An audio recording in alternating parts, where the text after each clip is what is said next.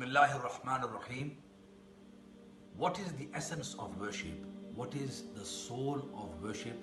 The crux and nucleus, the jaan of all ibadah.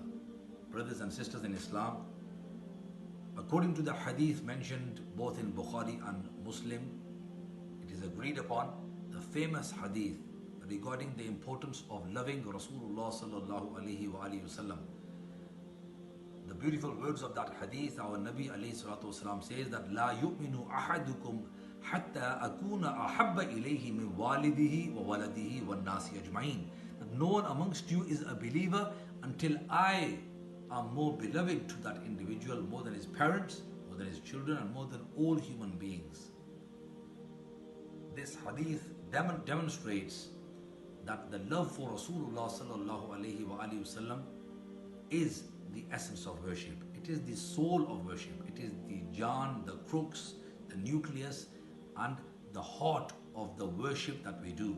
Whether that worship is salah, whether it is saum, whether it is zakat, financial worship, whether it is hajj, physical and financial worship. Whatever act of worship it is, if we do not have love for Rasulullah sallallahu alayhi wa sallam, then that worship, it is not worship at all in the court of Allah Azza wa Jal. The Prophet sallallahu alayhi wa sallam did not say that no one amongst you is a believer until salah is more beloved to me, more than his family, etc.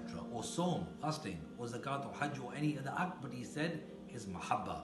And yes, if we have the mahabba for Rasulullah, if we have that love for Rasulullah sallallahu alayhi wa sallam, then undoubtedly we will strive to obey him sallallahu alayhi wa sallam, as love demands proof. We claim with our lips to love him, and that claim, if it is not verified through our actions, if it is not verified through obedience to him, obedience to Allah Azza wa Jal, then I'm afraid then that claim is just a verbal claim, but there is no substance in that claim. In order to be true devotees of Rasulullah sallallahu alaihi wasallam, in order to have that true love for him, then we should feel compelled to obey the individual that we are claiming to love more than our parents, more than our children, more than all human beings. The love for him demands obedience to his commands, obedience to the commands of Allah Azza wa Jal, and it demands from us the ittiba of Rasulullah sallallahu alaihi wasallam, that we strive to follow his actions, just as we observed the Sahaba Kiram Ridwanullahi ta'ala alayhim ajma'in. We see this and we read about this in the books of Seerah, and the Prophet sallallahu alaihi wasallam mentions that their way, the way of the four caliphs, the Khulafai Rashidin, is binding upon us. And Sayyiduna Abu Bakr Siddiq, Sayyiduna Ali karramallahu wajhahu wa radiyallahu ta'ala anhuma, and the other Khulafa, they never hesitated in demonstrating obedience to the Prophet sallallahu alaihi wasallam. These are the true devotees of Rasulullah. This is the real love that was demonstrated by them, not the love that we have today. And they did not hesitate to follow Rasulullah sallallahu alaihi wasallam.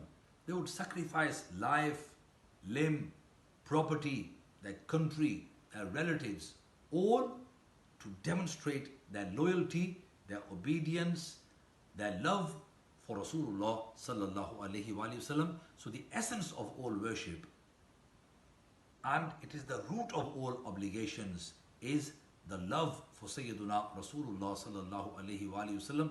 May Allah subhanahu wa ta'ala increase and complete and perfect our love for Rasulullah sallallahu alaihi wasallam, as if that is increased, if that is perfected and completed, then undoubtedly our iman will also be complete and perfect.